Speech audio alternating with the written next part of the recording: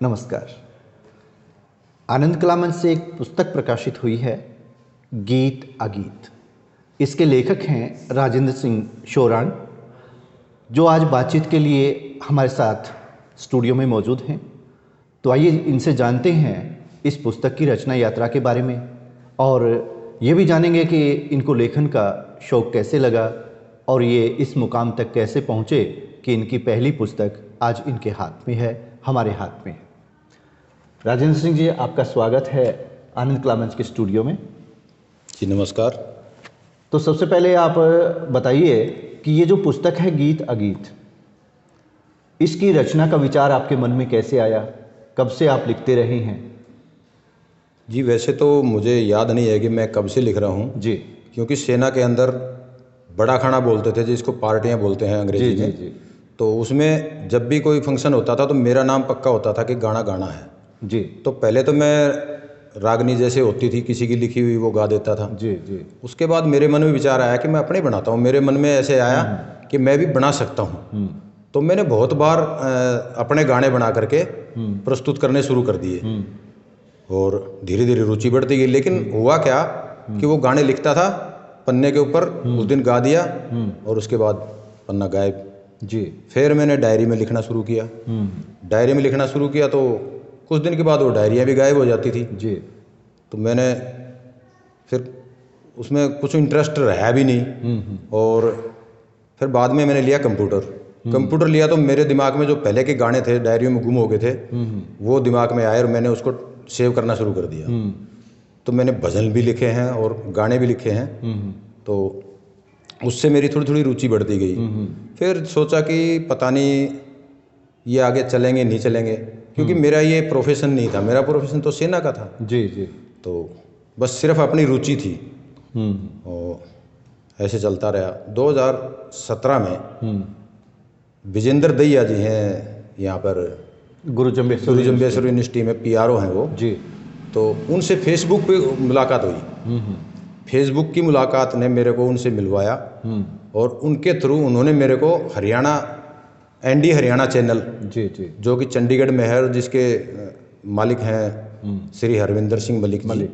तो दोनों मलिक जी के भाई। हाँ जी। दोनों लोगों ने मेरी मतलब निस्वार्थ भाव से मेरे को मदद की जी। और मेरी 14 कविताएं वहाँ पर रिकॉर्डिंग हुई।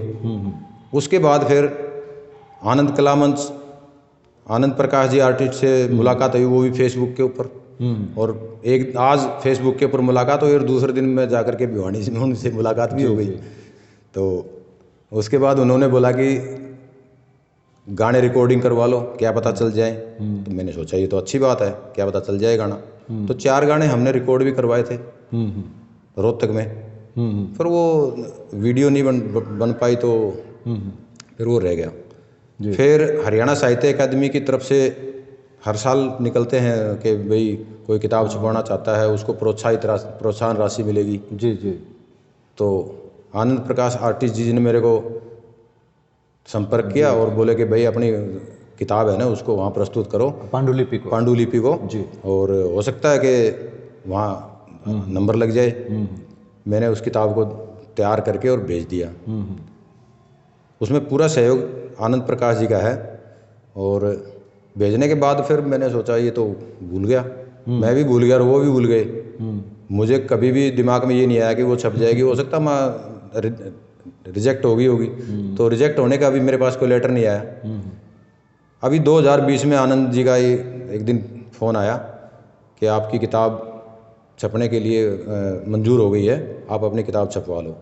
तो फिर मैंने उसको छपवाने के लिए तैयारी की और किताब छप करके आप लोगों के सामने है। आपको कैसी लगेगी वो आपके ऊपर निर्भर है, और अगर अच्छी लगे तो इसके ऊपर आपकी प्रतिक्रियाएं मैं आमंत्रित करता हूं। मुझे बड़ी खुशी होगी, कमी हो अच्छी हो दोनों प्रतिक्रियाएं मुझे मंजूर हैं। जी। आपकी बातचीत से सामने आया कि आपने भारतीय सेना में नौकरी की है। जी। तो ये तो हुआ आपके सेना के बारे में जो आपने बताया कि किस तरह से आप वहाँ रहते हुए मतलब लेखन की तरफ प्रवृत्त हुए, किस तरह से आपने गीत लिखे, रागनियाँ लिखी। अब थोड़ा सा अपने पारिवारिक परिवेश के बारे में बताइए कि आपकी जन्मभूमि कहाँ है? कर्म भूमि तो आपकी सेना हो गई कि आपने सेना में नौकरी की, उसके बाद शायद रिटायरमेंट के बाद भी आप किसी कंपनी में काम कर रही हैं, लेकिन इससे पहले हम आपसे जानना चाहेंगे कि आपकी स्कूलिंग कहाँ हुई, किस गांव में जन्म हुआ, माता पिता का नाम क्या है, आदि आदि। ये हम जानना इसलिए चाह रहे हैं कि ये आपके जो पाठक हैं वो जानना चाहेंगे आपकी इस पहली पुस्तक को पा करके। तो बताइए कुछ अपने गांव के बारे में, अपने परिवार के बारे में, स्कूल के बारे में। जी, मैं पैदा तो ढाणीमाऊ गांव में हुआ हूँ, जिला भिवानी में है। जी जी। और वहीं मेरी शिक्षा हुई है, 10वीं पास की है मैंने। लेकिन फ़िलहाल मैं हिसार कैंट में सेटल हूँ पिछले 10 साल से। जी। और सेना में मैंने 26 साल नौकरी की है। जी। 26 साल नौकरी करने के बाद मैं पेंशन आना 2008 में पेंशन आ गया था। पेंशन आने के बाद 2010 में मेरा इंटरव्यू हुआ था hero MotoCorp limited Haridwar plant में। जी। तो वहाँ सिलेक्शन हो गया था। तब से लेकर के अभी तक मैं वहीं पर कार्यरत हूँ, सिक्योरिटी इंचार्ज के रूप में। जी। बाकी रही बात घर परिवार की, तो मेरे माता पिता अभी भी आशीर्वाद है उनका। जी जी। पत्नी है जी, 2 बच्चे हैं, 2 बहुएं हैं, 2 पोतियां हैं और 1 पोता है। बहुत बढ़िया। हाँ, तो ये आपसे बातचीत करके अच्छा लगा। और बीच में एक बात रहेगी कि कई बार कहते हैं कि जो विद्यार्थी का, यानी कि जो बच्चे का विद्यार्थी काल होता है, उसका जो परिवेश होता है वो भी मतलब किसी ना किसी कला की तरफ उसे अग्रसर कर देता है, या उसको ऐसा अवसर स्कूल के टाइम मिल जाता है कि उसके आगे के रास्ते खुल जाते हैं। तो क्या स्कूल टाइम में आपको कोई ऐसा रास्ता मिला कि आपने गीत लिखे हों, कविता लिखे हों, या रागनी कभी सुनाई हो? तो स्कूल के बारे में थोड़ा सा बताइए कि आपकी स्कूलिंग कहाँ हुई और किस तरह से आपने लिखना शुरू किया। नहीं जी, मैं स्कूल में ना बड़ा दब्बू टाइप था जी। वहाँ बोलने की मेरी कभी भी हिम्मत नहीं होती थी। फौज में भर्ती होने के बाद बेंगलोर में हम ट्रेनिंग कर रहे थे। तो उस समय जो सेना सेवा कोर बोलते हैं, जहाँ हमने ट्रेनिंग की है, उनका रेजिंग डे था, जो साल में एक बर्थडे मनाते हैं। तो उनका रेजिंग डे था। बोले भाई एक गाना तैयार करवाओ। तो हमारे एक पीटी उस्ताद था हरियाणा का, उसने बोला भाई गाना गाएगा कोई? तो उन्हें मेरा नाम ज़बरदस्ती दे दिया। अच्छा। हाँ, बोला तू गाएगा? मैं बोला जी मैं तो गा नहीं पाता हूँ। बोले तू गाएगा, ऑर्डर मानना पड़ेगा तेरे को फौज का। अच्छा अच्छा। तो ठीक है। और उनका नाम याद है पीटी उस्ताद? नाम उनका याद नहीं है जी, अब बहुत पुरानी बात होगी, 36 साल पुरानी बात है। 36 साल पुरानी। हाँ, 83 की बात है। तो इस तरह से ज़बरदस्ती आपको गाना, ज़बरदस्ती मेरे को तैयार करवा दिया। और मैंने गाना, मतलब एक लड़का और था रेवाड़ी साइड का। अच्छा। हमारा 2 गाना था, वो दोनों ने एक साथ मिल करके गाया था। हाँ, डुएट था वो। साथ रहनिया संग के साथी, दया मेरे पर फेर दियो, देश के ऊपर जान जोगती, लिख चिट्ठी में घेर दियो। तो ये हमने बेंगलोर रेडियो स्टेशन में गाया था। वहाँ रिकॉर्डिंग करवा के आए थे। अच्छा। फिर हमने ये इस तरफ ध्यान ही नहीं दिया कि ये बातें भी कहीं आदमी को आगे ले जाती हैं। भूल के कोई बात नहीं। वहाँ से मेरी शुरुआत हुई थी। अच्छा। उसके बाद फिर मैंने फौज में झिझक निकल गई, फौज में गाना शुरू कर दिया। बस इतना सा है। बाकी लेखन का तो मेरा आपको बता ही दिया कि लेखन तो 2016-17 के बाद में ज़्यादा हुआ है। तो ये रागनी तो हुई फौजी मेहर सिंह की। जी जी। साथ रहनी है संग के साथी, दया मेरे पे फेर दियो, देश के ऊपर जान झोंक दी, लिख चिट्ठी में घेर दियो। अब आपकी जो पुस्तक है गीत अगीत मेरे हाथ में, इससे भी आप कोई रागनी या कोई गीत सुनाना चाहेंगे? अभी गा करके तो नहीं सुना सकता मैं, वैसे सुना देता हूँ। सुना दो। आधुनिकता के ऊपर मैंने लिखा था कि रिश्ता आज बासी रोटी का दही संग से टूट गया, मॉडर्न बनते जा रहे सब वो जमाना पीछे छूट गया।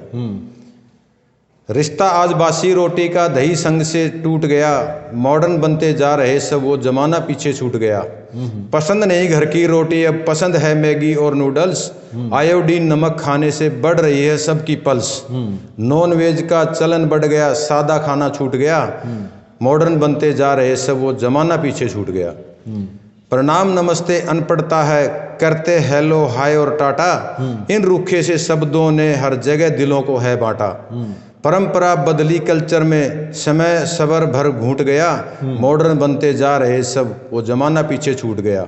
जी। माँ भी बच्चों को सिखाती, मॉम डैड तुम कहा करो, चाची ताई नहीं बोलना, अंकल आंटी कहा करो। आधुनिकता के चक्कर में संस्कार हमसे रूठ गया, मॉडर्न बनते जा रहे सब जमाना पीछे छूट गया। जब बेटी की डोली बाप के घर से उठाई जाती थी, औरत सारी इकट्ठी होकर मंगल गीत वे गाती थी। वेंकट हाल का चलन आज सबके दिलों को लूट गया, मॉडर्न बनते जा रहे सब जमाना पीछे छूट गया। जी, रिश्ता आज बासी रोटी का दही संग से टूट गया, मॉडर्न बनते जा रहे सब वो जमाना पीछे छूट गया।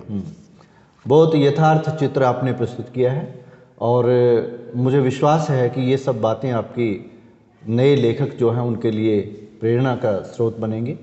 आप आनंद कला मंच के स्टूडियो में आए, इसके लिए आपका बहुत बहुत धन्यवाद। नमस्कार जी। मित्रों, ये थे मेरे साथ गीत अगीत पुस्तक के लेखक। विश्वास किया जाता है कि इनकी ये पुस्तक आपको बहुत पसंद आएगी और आप अपनी प्रतिक्रियाओं से हमें अवगत करवाएंगे। तो इनका भी धन्यवाद और आपकी प्रतिक्रियाओं का इंतजार एक साथ हमें रहेगा। शुक्रिया, नमस्कार।